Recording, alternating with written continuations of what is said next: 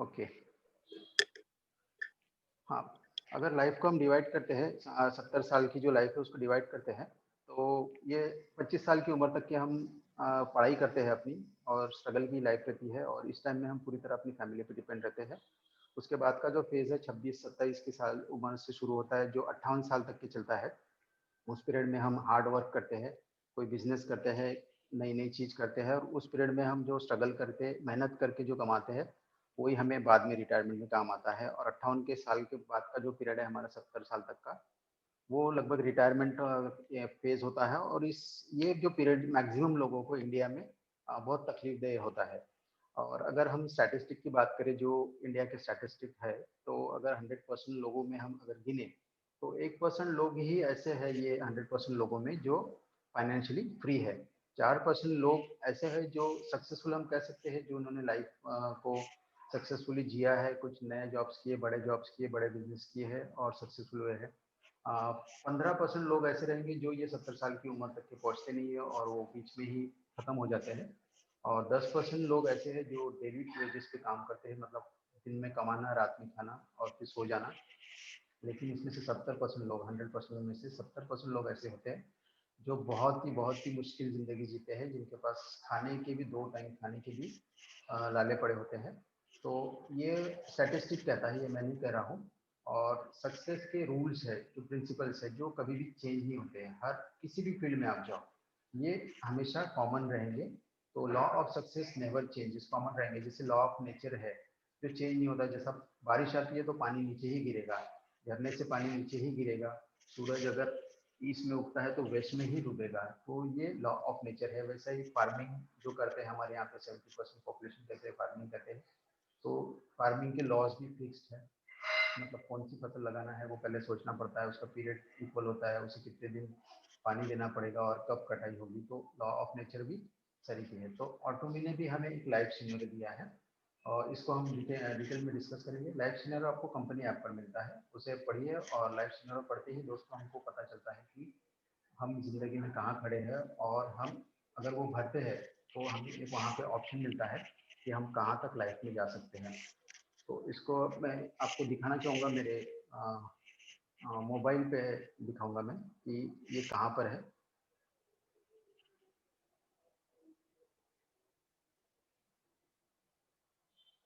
मैंने इसके कुछ स्क्रीनशॉट्स निकाल के रखे थे जो मैं आपको दिखाना चाहूँगा। तो दोस्तों, जब ऐप पे जाएंगे तो आपको ऐसा कुछ दिखेगा। जब आप बिजनेस ऑप्शन में जाएंगे, माय ऑफिस में जाएंगे, तो उसमें बीच में एक ऑप्शन मिलेगा माय लाइफ सिनेरियो, और उसमें ये दिखेगा। इसको देखिए, इन्होंने पार्ट्स में डिवाइड किया है। जैसा यहाँ पे आपको फ्लैश दिख रहा है, स्पिरिट दिख रहा है, सोल और एनवायरनमेंट। तो इसमें डिवाइड किया फ्लैश को, हेल्थ और सेविंग, हमारी जो सेविंग, हम जो इनकम करेंगे उसको फ्लैश में डिवाइड किया है। स्पिरिट जो है हमारी फैमिली और पेरेंट्स, यानी कि ये हमसे जुड़े हुए और हमारे इसमें हम इनसे बहुत क्लोज होते हैं, तो ये स्पिरिट में हमारे जुड़ता है। एनवायरनमेंट यानी कि जो हम अर्निंग करेंगे वो अडॉप्टेशन और डोनेशन में जाता है। और जो हमारा सोल है, अंतर आत्मा जो बोलते हैं हम, आत्मा जो बोलते हैं, वो ट्रैवल और लेजर, मतलब हम जो एंजॉयमेंट करने वाले हैं वो हमारी सोल के लिए रहता है। तो ये इस हिसाब से आपको, आप देखेंगे कि यहाँ पे आपने क्या प्लान किया है जैसा सोल इसके लिए। जैसा मैं आपको दिखाना चाहूँगा, मैंने यहाँ पे जो मेरी सेविंग्स है, यहाँ पे मैं जो चाह रहा हूँ, जो 10 CR का मैंने सेविंग का अपना लक्ष्य रखा हुआ है, मेरे लाइफ में सेविंग्स हो। उसमें हेल्थ पे मैं कितना खर्चा करूँगा, वो 50 लाख नीचे लिखा हुआ है। इसके बाद में आप नीचे आएंगे तो मैं ट्रैवल पे कितना खर्चा करना चाहता, मैं लेजर पे मेरी कितना खर्चा करना चाहता, फैमिली के लिए मैं कितना छोड़ के जाना चाहता है, जैसे लगभग 6 करोड़ में छोड़ के जाना चाहता हूँ लाइफ के लिए, फैमिली के लिए। और पेरेंट्स के लिए मैं 50 लैक्स रखना चाहता हूँ। डोनेशन जो मैं करूँगा अपने लाइफ में वो लगभग 50 लाख। और अडॉप्टेशन यानी कि मैं किसी को अडॉप्ट करूँगा जो नीडी होंगे, उनके लिए मैं ये 50 लाख रुपीज़ रखना चाहता हूँ। तो ये मेरे लाइफ का सिनेरियो मैंने अपने आप को यहाँ पे सेट किया हुआ है, जो अगले 7 साल का मैंने ये प्लानिंग रखा हुआ है। उसमें डेट भी डली हुई है। तो ये हिसाब से है, आप ये खुद अपने हिसाब से डिसाइड कर सकते हैं। आपको सिर्फ एक काम करना है, ऐप पर जाना है, और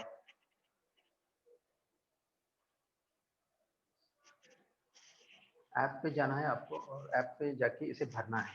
और आपको ये भरने के बाद पता चलेगा कि आपके ड्रीम्स आप क्या ड्रीम कर रहे हैं इसे आप ऐप में लिखें और या पेपर पे भी लिख सकते हैं। और दोस्तों आपके ड्रीम्स ही आपके लाइफ के गोल्स होंगे। ड्रीम्स और गोल्स लिखने से आपको आपकी राह पता चलेगी। आपको ये पता चलेगा कि आपको कहाँ तक पहुँचना है। जैसे हमें अगर कहीं जाना है तो एक जब जिस जगह पे हमें जाना है हम डिसाइड करते हैं, हमारे माइंड में उसका नक्शा बनता है और वो हिसाब से हमारी गाड़ी चलती है। तो वही यहाँ पे होगा, अगर हम ड्रीम्स लिखेंगे, अपने गोल्स लिखेंगे तो हमारा माइंड हमें एक्टिवेट करता है और एक्टिवेशन होने के बाद में हम डायरेक्शन के हिसाब से चलते हैं।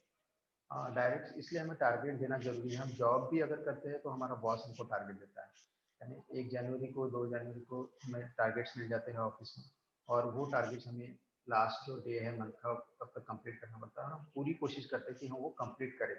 लेकिन लाइफ का क्या है, लाइफ के कुछ टारगेट्स होने चाहिए। जैसे जॉब में टारगेट्स हम 8 घंटे वहाँ दे रहे, तो लाइफ तो हम पूरी ज़िंदगी जीने वाले हैं, लाइफ के क्या टारगेट्स रखेंगे। सिर्फ हमको सोचना है कि हमें ये करना है, तो जो करना है उसके लिए हमारा शरीर हमको एक्टिवेट करता है, और हमें अपने ड्रीम्स या गोल्स सेट करने होंगे तभी तो हमारा शरीर एक्टिवेट करेगा। मैं फिर से ये समझाने की कोशिश करूँगा कि ये आप कैसे कर सकते हैं। एक मिनट में फिर मैं स्क्रीन शेयर करूँगा अपना, मोबाइल का स्क्रीन शेयर कर रहा हूँ ताकि मैं आपको बता सकूँ।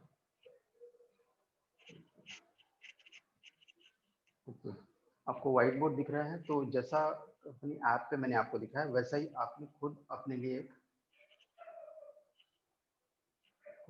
एक ऐसा सर्कल बनाना है। आप कर सकते हैं अपने हिसाब से, और इसको आप डिवाइड करें, इसको ये हिसाब से, और आप यहाँ अपने छोटे छोटे गोल्स लिखिए।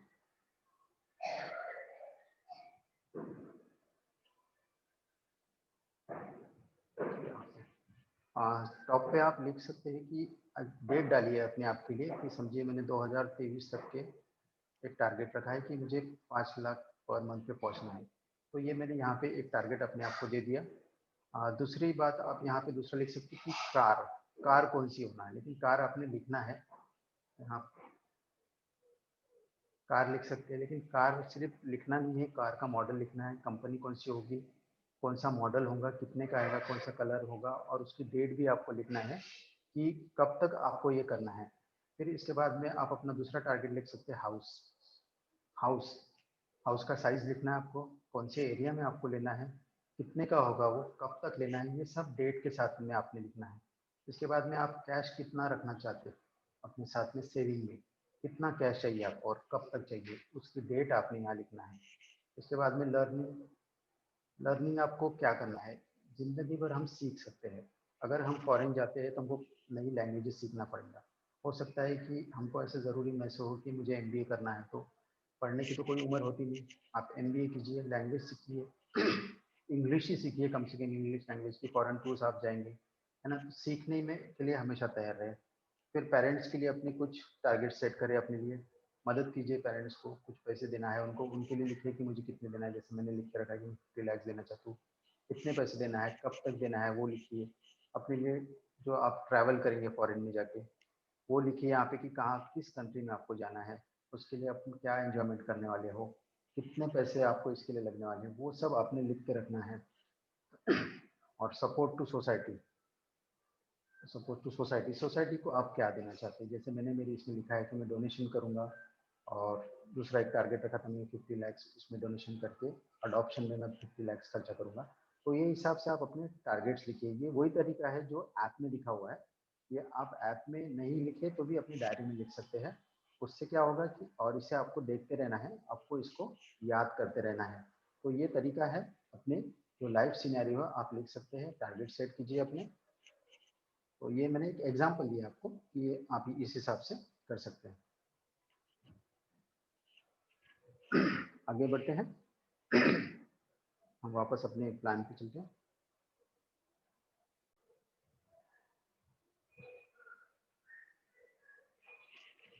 तो ड्रीम्स पे थे हम, ड्रीम्स, लिव योर ड्रीम्स, है ना। सपने जीना है हमको, तो उसके लिए हमें काम भी करना है। तो पहला तरीका मैंने बताया ड्रीम्स का, यूज ऑटोमी लाइफ सिनेरियो, जो मैंने अभी आपको समझा के बताया, है ना। सेकेंड पॉइंट है right clearly specific goals with set dates and completion. ये बहुत ज़रूरी है दोस्तों कि स्पेसिफिक गोल या स्पेसिफिक ड्रीम्स लिखना बहुत बहुत बहुत ज़रूरी है। लिखने के बाद ही और ड्रीम्स और गोल्स लिखने के बाद ही उन्हें पूरे करने के लिए एक डेट लिखना ज़रूरी है, एक डेडलाइन देना ज़रूरी है। जैसे हम एग्ज़ाम की तैयारी करते हैं, तो हमें अपना एग्ज़ाम का डेट पता होता है। ये तो बात सभी को मालूम है, एग्ज़ाम डेट पता होता है, उसका टाइम पता होता है, और हम पूरी कोशिश करते हैं कि उस टाइम के पहले, एग्ज़ाम के टाइम के पहले हम अपनी पूरी की पूरी तैयारी कर लें। और उसके लिए फिर हम फिर दिन रात मेहनत करते हैं। रात जो दिन में एग्ज़ाम होती है उसकी पहली रात तो हम अपनी आँखें फोड़ने तक के पढ़ाई कर लेते हैं। ये सभी के साथ में हुआ होगा, मेरे साथ में भी हुआ है। मैं भी ऐसा ही जागा हूँ अपनी पढ़ाई के जो पेपर रखा था उसके एक दिन पहले, और सभी लोग ये करते हैं। तो वो सीरियसनेस था हम में दोस्तों। तब हम कितने सीरियस थे जब हम स्टूडेंट थे। लेकिन आज हमको क्या हो गया? आज हम वो स्टूडेंट लाइफ क्यों नहीं जी सकते वापस, टारगेट जो हम सेट करके देते थे अपने आप को, है ना? तो इसलिए हमें अपने सपने, अपने टारगेट सेट करना बहुत ज़रूरी है। और उससे भी ज़्यादा ज़रूरी है हम उस टारगेट को, हमारे गोल को या हमारे ड्रीम को पूरा करने के लिए एक डेट निश्चित करें।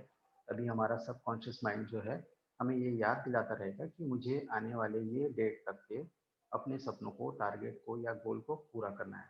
हो सकता है कि आप इस तारीख तक सेल्स मास्टर बनने का टारगेट रखें, और हो सकता है कि अगर आपकी कोशिशें जारी रहे तो उस डेट तक शायद आप डायमंड मास्टर भी बन जाए। तो टारगेट देना बहुत ज़रूरी है। मैंने ऐसे एक वीडियो देख रहा था। वो यूएसए की एक लीडर थी, उसको मैं सुन रहा था, तो उसने भी यही लाइफ सिनेरियो फॉल किया। उसका नाम था इनग्रिड वेलेसो। और ये वीडियो में मैंने देखा कि वो कह रही थी कि उसने भी ये लाइफ सिनेरियो लिखा, और उसने अपने आप को एक टारगेट दिया था। उसने अपने आप को एक तारीख दिया था 2018, अगस्त 2018 को मैं सेल्स मास्टर अचीव करूंगी। लैब सिनेरियो में लिखा, उसके हिसाब से प्लानिंग की, स्ट्रैटेजी बनाई, और उस डेट तक के, आप यकीन मानिए ये उसके खुद के शब्द है, उस तारीख तक के वो लेडी डायमंड मास्टर अचीव करी। तो उनकी बात सुनने से दोस्तों हमें ये पता चलता है कि जो आप पाना चाहते हो उसे आप पा चुके हो, ये विजुअलाइज करना है हमें। विजुअलाइज करना है कि मैं वो पा चुका हूँ। अगर करोड़ों कमाना है तो विजुअलाइज करो कि आप वो पा चुके हो। ऑटोमेटिक सारी एनर्जी आपकी उस तरफ जाएगी और आप वो टारगेट अचीव करेंगे।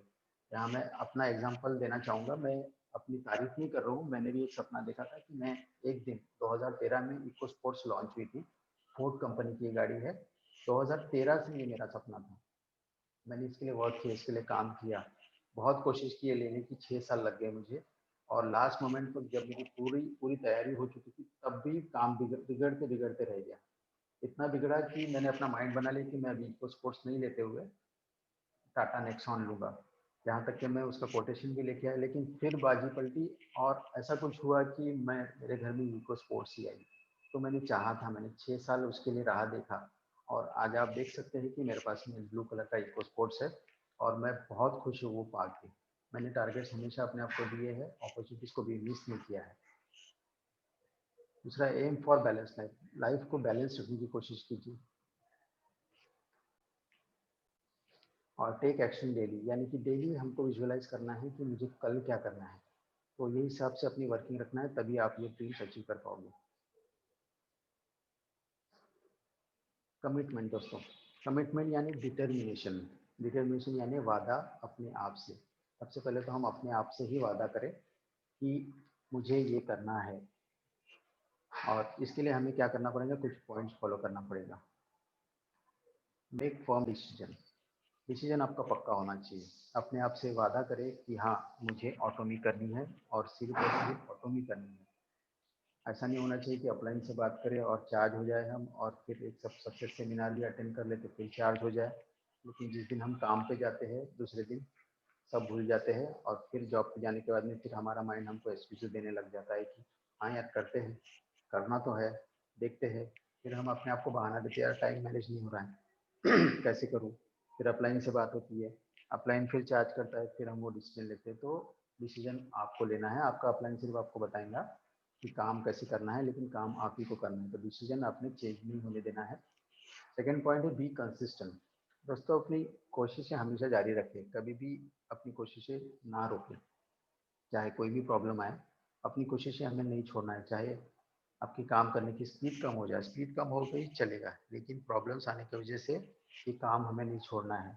हम जॉब पे भी जाते हैं, आपने देखा होगा जॉब पे जाते हैं, एक दिन 2 दिन बीमार पड़े तो हम जॉब नहीं छोड़ते उसके लिए। तो हम बिजनेस कैसे छोड़ने की बात करते हैं दोस्तों।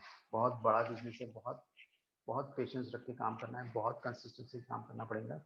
इसका एग्जाम्पल हम देख चुके हैं हमारे सामने में, जो लीडर्स आज सक्सेसफुल दिख रहे हैं वो कंसिस्टेंटली काम करते रहे। उन्होंने आगे पीछे का नहीं सोचे, कुछ नहीं था उनके हाथ में, कुछ भी नहीं था उनके हाथ में, फिर भी कंसिस्टेंसी बनाई रखी और अपना काम चालू रखा, और आज हम उनको सक्सेसफुल देख रहे हैं। है ना, कुछ भी नहीं था उनके हाथ में, ना प्रोडक्ट था ना प्लान था, लेकिन फिर भी करते रहे। बी पेशेंट, संयम बनाए रखे। ऑटोमी में आपको तुरंत कभी कामयाबी नहीं मिलेंगी। ये 2-3 महीने 4 महीने करने वाला बिजनेस नहीं दोस्तों। हमें इसे लॉन्ग टर्म करना है, कम से कम 2-3 साल आपको इसको देना पड़ेगा। ऐसा नहीं कि ये 2-3 साल आप इसमें काम करोगे तो आप अर्निंग नहीं करोगे। कम से कम आज ये पॉसिबल है कि अर्निंग होगी होगी ये 2-3 साल में, क्योंकि आज प्रोडक्ट है हमारे पास में, आज परचेसिंग हमारे नीचे में हो रही है, तो कुछ ना कुछ तो अर्निंग ये 2-3 साल में हम करेंगे ही, भूखे नहीं मरेंगे। लेकिन जो लोगों ने पहले काम किया उन्होंने ना प्रोडक्ट था ना प्लान था, लेकिन फिर भी बिना पैसे के ऑटोमी में काम किया, आज उनका सक्सेस देख रहे हैं। तो अगर वो सक्सेसफुल हो सकते हैं तो हम भी हो सकते हैं दोस्तों। इसके बाद का पॉइंट है डोंट एवर गिव अप। कभी भी हार नहीं मानना है दोस्तों हमको। अपना काम पूरी ईमानदारी से करते रहे, चाहे आप अपने काम की स्पीड ना बना रखें, लेकिन काम को कभी भी छोड़ने का विचार नहीं करना है। ऑटोमी वो कंपनी नहीं है जो कभी आपको छोड़ के जाएंगे, सिर्फ आप उसको छोड़ के जा सकते हैं। इसलिए कभी गिव अप नहीं करना है। ऑटोमी वो कंपनी है जो 100 साल का विजन लेके चली है। दुनिया में शायद ही ऐसी कोई कंपनी होगी जो 100 साल का विजन लेके चल रही है। ये कंपनी हमारी 3 जनरेशन को अपने साथ लेकर चलने को तैयार है। ये हमें डिसाइड करना है कि हम ऑटोमी के साथ कितने दिन चलना चाहते हैं। तो कभी भी ऑटोमी छोड़ने का विचार भी अपने मन में नहीं लाना है हमको। और कोई भी डाउट आए तो अपने अपलाइन से बात करें, अपने डाउट्स क्लियर करें, अपने आप को चार्ज रखें और बिजनेस कंटिन्यू करते रहें।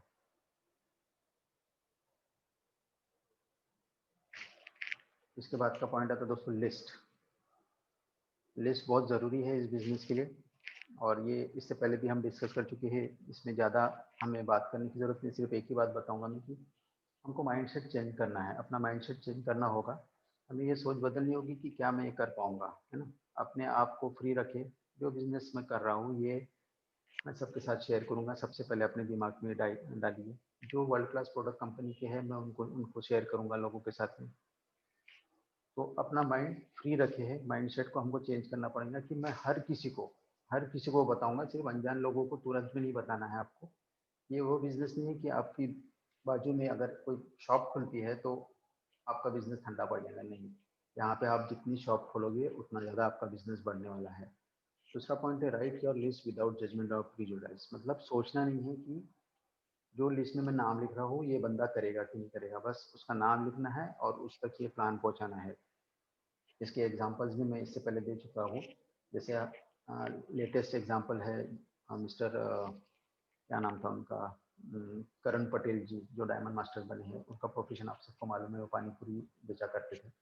तो उनको जिसने प्लान शेयर किया होगा उसने ये नहीं सोचा कि मैं इसको प्लान दूँ कि नहीं दूँ, उन्होंने वो प्लान दे दिया और रिजल्ट हमारे सामने में। आज करण पटेल हमारे सामने में डायमंड मास्टर है। उसका अपलाइन कितना सक्सेसफुल है ये हम उसको नहीं जानते, लेकिन हम करण पटेल को जानते हैं। क्यों? क्योंकि उसके अपलाइन ने ये नहीं सोचा कि मैं इसे प्लान दूँ कि नहीं दूँ। उसके बाद में यूज 3 मीटर रूल, यानी कि approach a person who you know. मतलब अनजान व्यक्ति से हमें प्लान शेयर नहीं करना है। पहले अनजान व्यक्ति से जान पहचान करना है, जब वो कंफर्टेबल हो, आप उसके साथ कंफर्टेबल हो, तभी प्लान शेयर करें। और उसे हमें सिर्फ उसकी मदद करना है, उस तक ये प्लान पहुंचा के बिजनेस, क्योंकि हम ये मदद का काम कर रहे हैं, हम कोई गलत काम नहीं कर रहे हैं। मदद चाहिए कि नहीं ये उस व्यक्ति पे निर्भर करता है कि वो मदद चाहता कि नहीं चाहता। हमारा काम है मदद कर देना, वो डिसाइड करेगा कि वो मदद लेना चाहता है कि नहीं चाहता है। फोर्थ पॉइंट है aim to contact 3 to 5 peoples every day. रोज कम से कम 5 लोगों को प्लान दिखाना है। ये हैबिट बना लेने का है हमको। रोज 5 लोगों को प्लान बताना है। कल मुझे किसे प्लान दिखाना है ये आज डिसाइड करना है। आज ही 10 लोगों से बात करें, कल के 5 प्लान फिक्स करें। हो सकता है कि 10 लोगों को कॉल करेंगे तो सब लोग टाइम नहीं देंगे, तो उनको बात की डेट लेके फिक्स करना है। अगर ये हिसाब से प्लानिंग करेंगे तो कम से कम 8-10 दिन की प्लानिंग आपके पास में तैयार रहेंगे। और 8-10 दिन के कितने लोगों को प्लान देना है ये भी आपके पास में लिस्ट तैयार है। Have no limitations and no fifth point है अपने आप को सीमित नहीं करना है हमको। मन में कोई भी डर या फियर नहीं रखना है, क्योंकि आप कोई गलत काम नहीं कर रहे। आप उस व्यक्ति को एक शानदार अपॉर्चुनिटी देने जा रहे हैं जो उसकी ज़िंदगी बदल सकती है। तो अपने आप को सीमित नहीं रखना है हमको, हर उस व्यक्ति से अपना बिजनेस शेयर करना है जिसे आप जानते हैं। सोशल मीडिया का भी आप उपयोग कर सकते हैं ताकि आप ज़्यादा से ज़्यादा लोगों तक पहुँच सकें। इसके बाद का पॉइंट है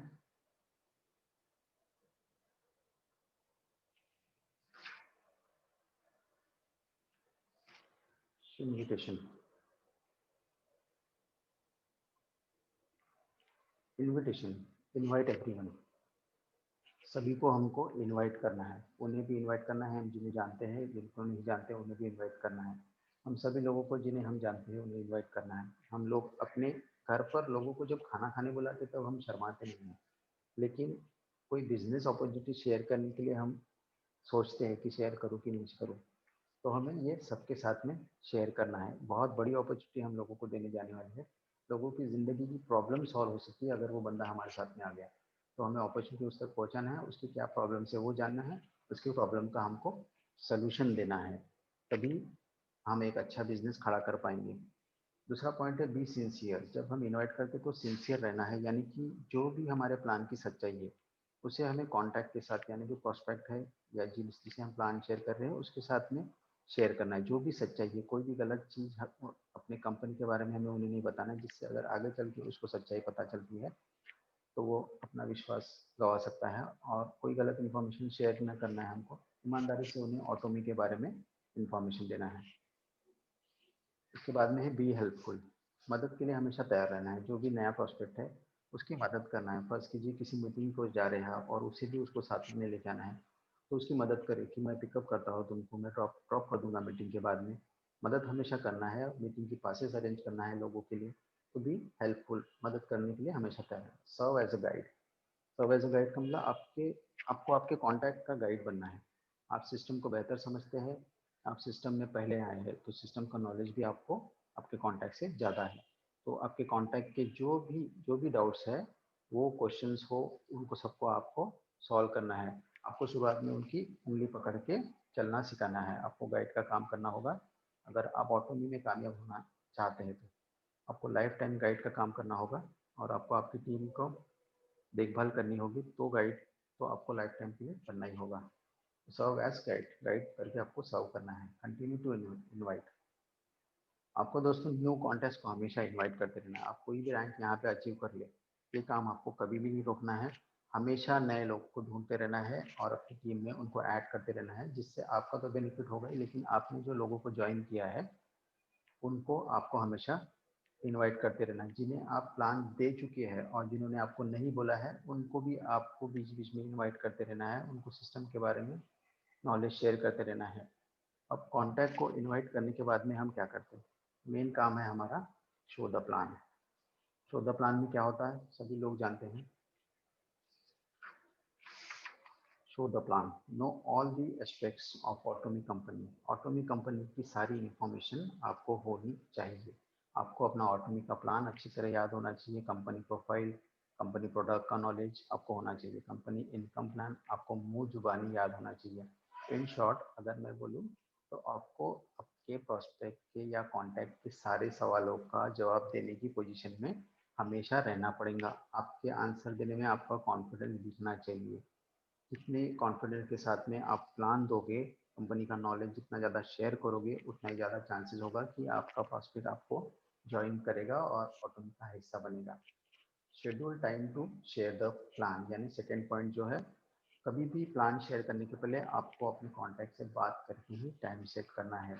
ऐसा नहीं होना चाहिए कि आप टाइम ले उसका और वो फिर जल्दीबाजी में प्लान आधा अधूरा सुनने की कोशिश करे। तो अगर ऐसा आपको लगता है तो प्लान शेयर नहीं करना है। बीच में आप प्लान रोक सकते हैं, अभी तो जल्दी में है तो चले जाए, हम बाद में बात करेंगे, ऐसा करके हम उसे प्लान दिखाने से मना कर सकते हैं। ये हमें नहीं दिखाना है बंदे को कि हमको उसकी ज़रूरत है। तो प्लान छोड़ के अगर जाने की कोशिश करे कोई, तो उसे हमें नहीं प्लान देना है। थर्ड पॉइंट है ask questions to your prospect. बीच बीच में हम जब प्लान दिखाते हैं तो अपने प्रोस्पेक्ट को क्वेश्चंस पूछते रहना है, ताकि वो इन्वॉल्व रहे प्लान में, है ना। उसकी कुछ डिफिकल्टी से क्या वो पूछना है। नेक्स्ट पॉइंट है लिसन्स टू आंसर। जो भी आंसर आपका कॉन्टेक्ट आपको देगा प्लान के द्वारा उसे ध्यान से सुनना है, सरलता से जवाब देना है। हो सकता है प्रोस्पेक्ट किसी क्वेश्चन से हमको बुरा लगता है, होता है ऐसा कि क्वेश्चन ऐसा पूछ लेता है प्रोस्पेक्ट जिसको हमें बुरा लगता है, लेकिन हमको अपना आपा नहीं खोना है वहाँ पे, उसको सरलता से जवाब देना है। अगर प्लान में आपको कोई अगर डिफिकल्टी आती है उसको और आप आंसर नहीं दे पाते हैं तो आपको प्लान के अंत में आंसर दूंगा ऐसा बोल के अपलाइन से लास्ट में बात करा देना, ताकि अपलाइन उसका आंसर आपको दे दे या उस प्रोस्पेक्ट को देख के उसका डाउट क्लियर करें। Different mediums can be use to share the plan, यानी कि प्लान दिखाने के लिए हम डिफरेंट मीडियम्स का आ, आ, आ, कोशिश कर सकते हैं। जैसे कि आप प्लान दिखाने के लिए अलग अलग माध्यमों का इस्तेमाल कर सकते हैं। जैसे आपके पास अगर लैपटॉप है तो लैपटॉप पे दिखाइए, कंप्यूटर है तो पीसी पे दिखाइए, मोबाइल है तो मोबाइल पे भी दिखा सकते हैं। अब लेकिन बेस्ट तरीका जो है प्लान शेयर करने का वो है पेपर के ऊपर। लेकिन कंपनी के प्रोडक्ट्स का इन्फॉर्मेशन देने के लिए आप अपना मोबाइल यूज़ कर सकते हैं, लैपटॉप यूज़ कर सकते हैं। जो आपके मोबाइल में फ़ोटो है वो दिखा सकते हैं। जो लोगों ने कंपनी प्रोडक्ट्स यूज़ करके रिजल्ट्स लिए हैं उसकी टेस्टिमोनी आप दिखा सकते हैं मोबाइल के ऊपर। कंपनी का ऐप भी है, उसमें भी आप जाके प्रोडक्ट्स दिखा सकते हैं, उसमें प्राइस लिस्ट है वो भी हम शेयर कर सकते हैं प्रोस्पेक्ट के साथ में। तो ये सब बातों का हमें प्लान के दौरान ध्यान देना है। इसके बाद का पॉइंट आता है फॉलोअप। फॉलोअप भी बहुत बड़ी इंपॉर्टेंट पॉइंट है, क्योंकि हम प्लान देने के बाद में तुरंत बंदा, बहुत लोग कम लोग ज्वाइन होते हैं, 90% लोग ऐसे होते हैं जो बोलते हैं कि मैं बाद में बताऊंगा। तो फॉलो करना बहुत ज़रूरी है। यानी कि हमने फसल लगाई, उसकी सिंचाई की, लेकिन अगर उसकी कटाई नहीं की तो पूरा का पूरी मेहनत हमारी वेस्ट जाती है। तो फॉलो हमें तुरंत 24 घंटे के अंदर करना है। ऐसा नहीं होना चाहिए कि फॉलोअप हमने प्लान दिया 1 महीने में और उसके फॉलोअप के लिए जा रहे दूसरे महीने में। फॉलोअप हमें तुरंत 24 घंटे के अंदर करना है।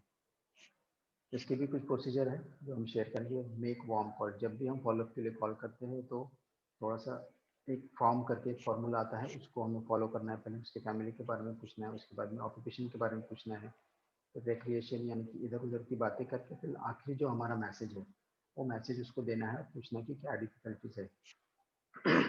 इसके बाद का पॉइंट है find out what have been happening. पूछताछ करें उसके हालचाल क्या है। Listen with care, third point है यहाँ पे लिसन विद केयर। उसके क्वेश्चंस को ध्यान से सुने, उन्हें कॉल करके पूछे कि क्या आपके कोई क्वेश्चंस है, क्या आपके मन में कोई डाउट है, कोई शंका है, बताइए, मैं उसको क्लियर करने की कोशिश करता हूँ। उसके बाद का पॉइंट है फोर्थ, प्रोवाइड सोल्यूशन।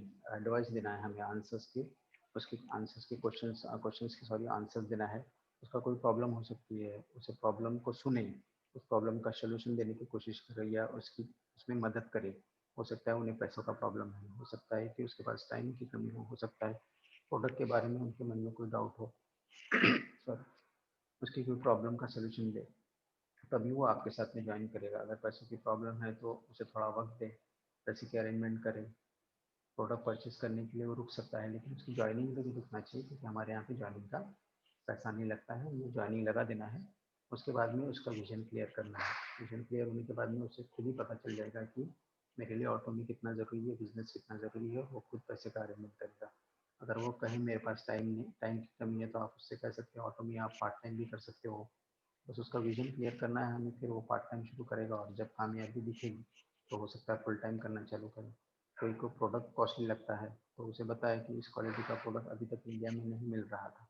प्रोडक्ट की गुणवत्ता के बारे में उसे बताना है हमको, प्रोडक्ट के फ़ायदे उसे समझाना है, टेस्टिमोनीज बताना है कि ये प्रोडक्ट हमारे लिए कितना ज़रूरी है, हमारे हेल्थ के लिए कितना ज़रूरी है, हमारे फैमिली के लिए कितना ज़रूरी है, हमें बताना है।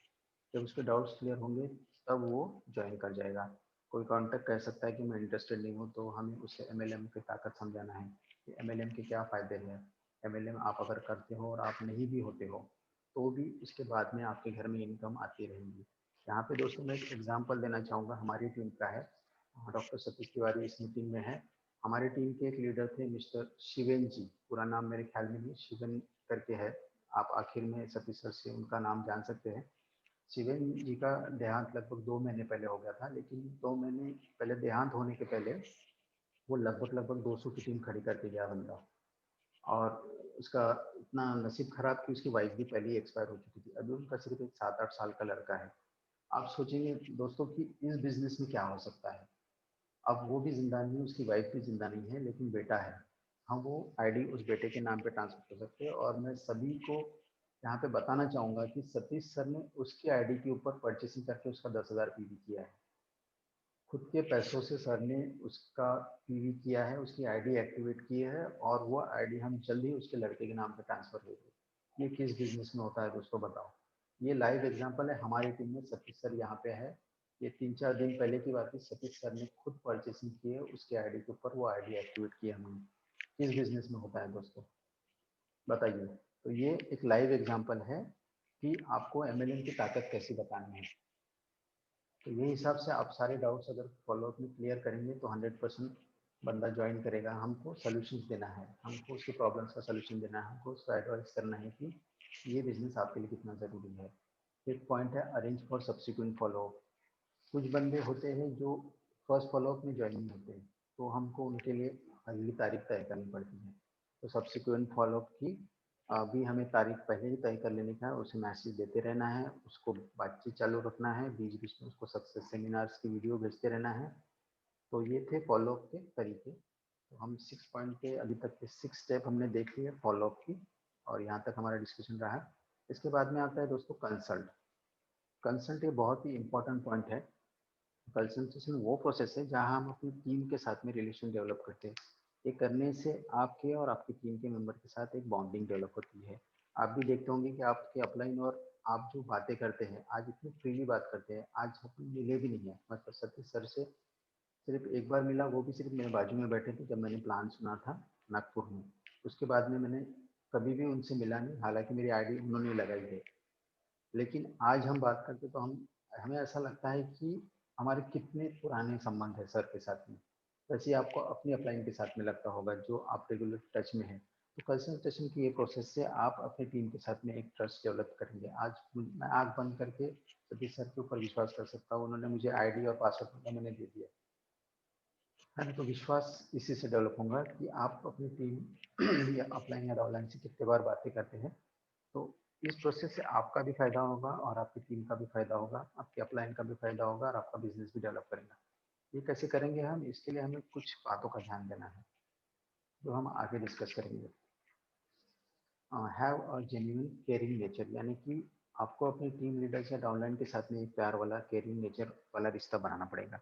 अगर आप अपलाइन है तो अपनी डाउनलाइन को अपने छोटे भाई या बहन जैसे आपको ट्रीट करना है। आप अगर छोटे हैं अपने अपलाइन आप डाउनलाइन से, तो आपको वो हिसाब से उनको टैकल करना है। लेकिन एक आपको केयरिंग वाला नेचर हमेशा रखना है। मेरे कहने का मतलब आप शायद समझ रहे हो मैं क्या कहना चाहता हूँ। एक ट्रस्ट फैक्टर वाला रिश्ता तैयार करना है। आपकी जब भी बातें होती है तो आपकी नॉलेज जो है, आप अपलाइन डाउनलाइन को जब नॉलेज देते हो तो अहम नहीं दिखना चाहिए आपके बातों में, है ना। हर क्वेश्चन को आपको सरलता से आंसर करना है डाउनलाइन के, तभी आपका रिलेशन स्ट्रांग होगा। इसके बाद में बी रेडी टू लिसन, हमेशा अपनी अपलाइन से की बातें सुनने या डाउनलाइन की बातें सुनने के लिए हमको तैयार रहना है। ये नहीं होना चाहिए कि आप अभी बात करने के मूड में नहीं हो, डाउनलाइन आपसे बात करना चाह रहा है, आपको कुछ प्रॉब्लम शेयर करना चाह रहा है, आप उसको बिना काम का लेक्चर देते बैठे।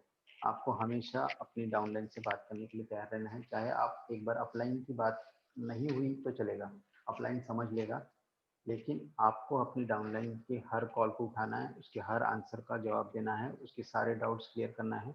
तभी आपका एक रिलेशन बहुत अच्छा डेवलप होगा। इसके बाद है बी पॉजिटिव, हमेशा पॉजिटिव रहे। क्योंकि आपकी पॉजिटिव, अगर आप पॉजिटिव हो ना तो आपका टीम का माहौल भी पॉजिटिव रहेगा। आप पॉजिटिव थॉट्स अपनी टीम में देते रहना है, आपका एटीट्यूड पॉजिटिव होना चाहिए, तभी आप अपनी टीम को एक पॉजिटिव एटमॉस्फेयर क्रिएट कर पाओगे। तो हमेशा हमको पॉजिटिव रहना है, सपोर्टिव रहना है। प्रोवाइड एडवाइस इन सपोर्ट, हमेशा हमें अपनी टीम के सपोर्ट के लिए तैयार रहना है। टीम को प्रॉपर एडवाइस दे, प्रॉपर नॉलेज अपनी टीम में शेयर करें, मदद के लिए हमेशा हमें तैयार रहना है। इस बारे में आपको ज़्यादा बताने की ज़रूरत नहीं है क्योंकि इसमें क्या फ़ायदा है ये आप लोग खुद जानते हैं। Share your experience and for encouragement, यानी अपनी टीम के साथ अपने एक्सपीरियंस हमेशा शेयर करें। सीनियर है तो टीम को एक्सपीरियंस शेयर करें, अगर आप जूनियर है तो अपने अपलाइन से रेगुलर बेसिस पे बात करके उनका एक्सपीरियंस लें। हमेशा उनसे बात करते रहे, सर बिजनेस बहुत अच्छा चल रहा है लेकिन फिर भी आप मुझे कुछ ऐसे टिप्स दें जिससे मेरा बिजनेस और अच्छा हो जाए। हमेशा अपने एक्सपीरियंस शेयर करते रहे, है ना।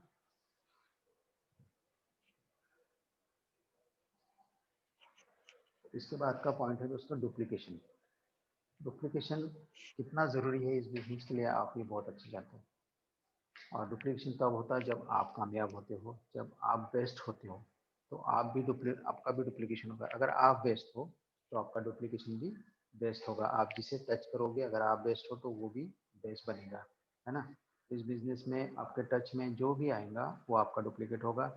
इसलिए आपको एज अ अपलाइन बेस्ट होना पड़ेगा, आपको अपने आप को निखारना पड़ेगा, तभी आपका डुप्लीकेशन बेस्ट होगा।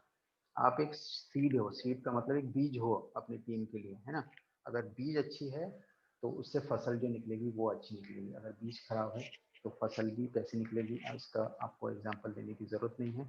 आप खूब समझदार हो, अगर सीड खराब है तो उसका पेड़ भी खराब निकलेगा, उस पर फल भी खराब ही आएंगे।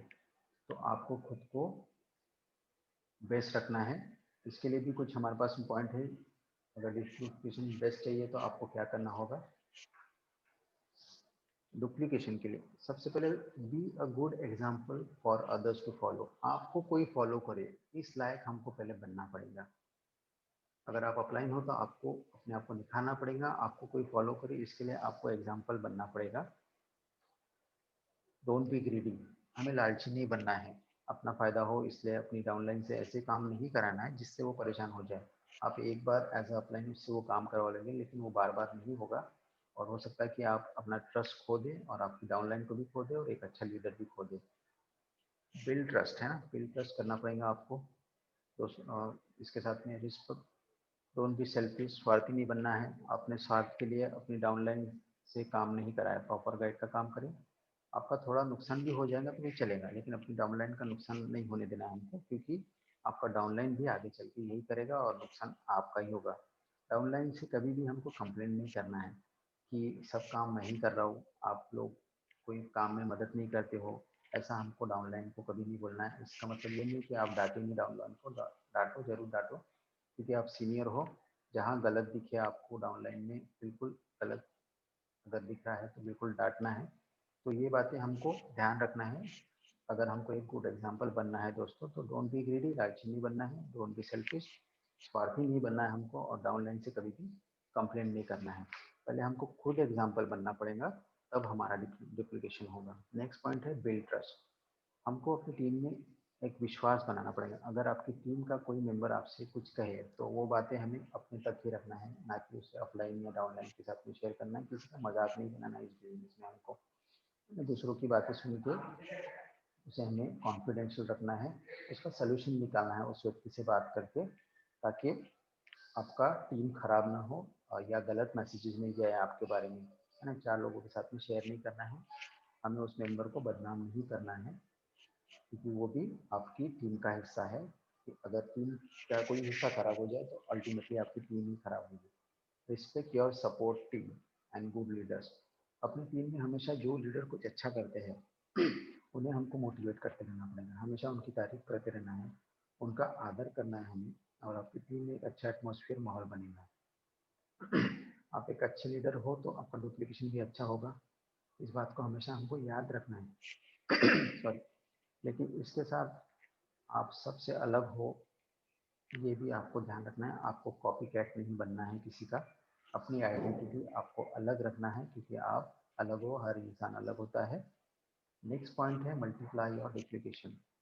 मल्टीप्लाई और डुप्लीकेशन का मतलब, जो डुप्लीकेशन आप अपनी टीम में करेंगे वही डुप्लीकेशन आपकी टीम अपनी टीम में करेंगे, और आपकी टीम आपको फॉलो करेगी। इसलिए पहले आपको टीम को डुप्लीकेट करना होगा, तब जाके आपकी टीम अपने आप को डुप्लीकेट करेगी। तो मल्टीप्लाई और या डुप्लीकेशन इस तरीके से होगा। और लास्ट पॉइंट है दोस्तों, help others duplicate the 8 step to success.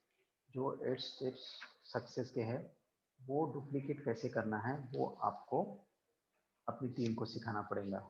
जो आपने इस सिस्टम में सीखा, ये 8 स्टेप्स ऑफ सक्सेस को टीम में शेयर करें। ये स्टेप्स फॉलो हो रही या नहीं हो रही है, इस बात का हमको मॉनिटरिंग करना है एज अ क्लाइंट। जिस स्टेप को फॉलो करके आप शिखर को पहुंचे हैं, उन स्टेप्स को आपको आपकी टीम को सिखाना पड़ेगा। आपको अपने टीम के ड्रीम्स लिखवाने होंगे, आपको अपने लीडर्स के ड्रीम मालूम होना चाहिए, तभी आप उनको मोटिवेट कर पाओगे। उन्हें आपको ये बताना होगा कि आप जब फील्ड पर जाओगे तो आपको रिजेक्शंस मिलेंगी, आपको लोग ना बोलेंगे। आपको ये सुनकर अपने ड्रीम्स नहीं भूलना है, क्योंकि ड्रीम्स के लिए ही बंदा काम करता है। ये बिजनेस ही है ड्रीम्स का, और यहाँ पे लोग अपने ड्रीम्स ही पूरे करते हैं इस बिजनेस में। है ना। तो हमको उसे फील्ड पे जाने के पहले ही स्ट्रांग बनाना है, नहीं तो रजिस्ट्रेशन अगर वो हैंडल नहीं कर पाए किसी वजह से तो बंदा काम छोड़ देता है। हमें उसका विजन क्लियर रखना है, अपनी डाउनलाइन की गेस्ट लिस्ट बनवाने का है, लोगों को इनवाइट कैसे करना है ये उसको सिखाना है, 14 प्लान सिखाना है। पहले कुछ प्लान्स में हमें उसकी मदद करना है, उसके बाद में उसे खुद प्लान करने देना है, आपको गाइड का काम करना है। हमेशा अपने डाउनलाइन के प्लान नहीं करते रहना है, उन्हें सिर्फ टेक्निक सिखाना है, उनको डुप्लीकेट करना है। इस तरीके से आपका बेटर डुप्लीकेशन होगा। तो ये थे 8 स्टेप टू सक्सेस। मैं उम्मीद करता हूँ कि आप ये स्टेप्स का फ़ायदा उठा के अपनी टीम को डुप्लीट करेंगे। तो जाते जाते दोस्तों एक ही बात कहना चाहूँगा मैं, जो हमारे ऑटोमेट की जो सीईओ है मिस्टर हैंगेल पार्क सर, वो भी बोलते हैं जो 3 बातें हैं उनकी। नंबर 1 एक है लाइफ सीनियरों की मदद से एक बैलेंस लाइफ के लिए अपना विजन तैयार करना है। आपका विजन तैयार होना बहुत ज़रूरी है इस बिजनेस में। अगर आप लोग आगे हो, जब आप बहुत बड़ा सपना देखोगे ना, तो आपको आपके लक्ष्य का पता चलेगा और आपका लक्ष्य पाने के लिए आप कुछ भी कर जाओगे फिर। तो ये था एक फर्स्ट पॉइंट। सेकंड पॉइंट है, दूसरी बात, हमारी कंपनी ने एक मोटो दिया हुआ है, आपको उम्मीद करता हूँ याद होगा, cherish the spirit, create the vision, follow the faith and serve the humanity. मतलब दूसरों के साथ हमेशा हमको नम्र व्यवहार करना है, हमेशा दूसरों के साथ लेके चलना है, कंपनी पे हमें विश्वास रखना है, मानवता की सेवा करने में अपना हमें योगदान देना है। और तीसरी बात, हमेशा अपने पार्टनर की सफलता के बारे में पहले सोचिए। जो आपका पार्टनर है, जो आपका डाउनलाइन है, उसकी सफलता के बारे में सोचिए, आपकी सफलता अपने आप हो जाएंगी। तो ये एक बात थी। और जैसे जैसे आप आगे बढ़ेंगे दोस्तों, अपने समाज को और अपनी जड़ों से जुड़े रहना है हमें, ज़्यादा हवा में नहीं उड़ना है और समाज को भी आगे बढ़ाने में मदद करना है। तो ये था हमारे कंपनी का मोटो। तो थैंक यू सो मच। उम्मीद करता हूँ मैं आपको आज का प्लान से काफ़ी कुछ सीखने को मिला होगा। Thank you so much.